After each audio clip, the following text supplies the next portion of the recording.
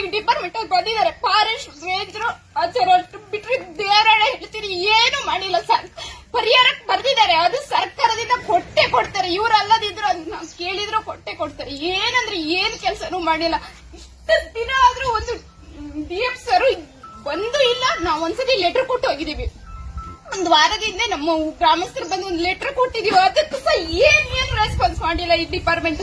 ಸತ್ಯ ಹೇಳ್ತೀನಿ, ಕೆಂಪಣ್ಣ ಮಾವ ಹೇಳಿದಾಗ ಈ ಡಿಪಾರ್ಟ್ಮೆಂಟ್ ಅನ್ನು ಮರ್ಜಿ ಮಾಡ್ಬೇಕಂತ ನಂದು ಅನಿಸಿಕೆ. ಯಾಕಂದ್ರೆ ಒಂದೇ ಒಂದು ರೆಸ್ಪಾಂಡ್ ಮಾಡದೇ ಇರೋದು ನಮ್ಮ ಕಿರಗಟ್ಟೆಯಲ್ಲಿ ಇರೋದಂತ ಡಿಪಾರ್ಟ್ಮೆಂಟ್. ಸತ್ಯ ಹೇಳ್ತೀನಿ, ಯಾಕಂದ್ರೆ ಆ ಮನೇಲಿ 3 ಜನ ಹೆಣ್ಮಕ್ಳ ಕಷ್ಟ ನನಗೆ ಏನಂತ ಗೊತ್ತು.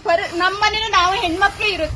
ಆ ಗದ್ದೆ 2.5 ಎಕರೆ ಗದ್ದೆ ಅವಳು ಬೇಸಾಯ ಮಾಡಕ್ಕೆ ಎಷ್ಟು ಕಷ್ಟಪಟ್ಟಿದ್ದಾಳೆ ನೆಟ್ಟಿಗೆ ಹೋಗಿದ್ದೀವಿ. ಸೊ ಹಾಗಾಗಿ ನಂಗೆ ಗೊತ್ತಿದೆ ಅವಳು ಎಷ್ಟು ಕಷ್ಟ ಬಂದಿದ್ದಾಳೆ ಅಂದ್ರೆ 1.5 ಇಡೀ ಗದ್ದೆ ನೆಟ್ಟಿ ಮಾಡಕ್ಕೆ. ಇದು ಏನಂದ್ರೆ ಏನು ಇಲ್ಲ ಈಗ ಆ ಗದ್ದೆಲಿ.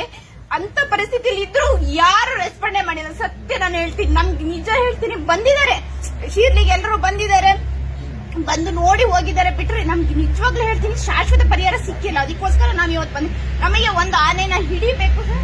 ಇಲ್ಲ ಅಂದ್ರೆ ಅದನ್ನು ಓಡಿಸಿದ್ರೆ ಬೇರೆಯವರಿಗೂ ಪ್ರಾಬ್ಲಮ್. ಯಾಕಂದ್ರೆ ಕೆರೆಗಟ್ಟೆ ಬರ್ಬೋದು, ಅಲ್ಲೂ ಜನ ಇದ್ದಾರೆ, ಹುಲ್ಗಾರ್ ಬೈಲು ಬೇರೆ ಕಡೆ ಹೋಗಿ ಅವ್ರಿಗೆ ತೊಂದರೆ ಮಾಡಬಾರ್ದು. ಒಟ್ನಲ್ಲಿ ನಮ್ಗೆ ಅದನ್ನ ಹಿಡಿಬೇಕು. DF ಸರ್ ಬರ್ಬೇಕು.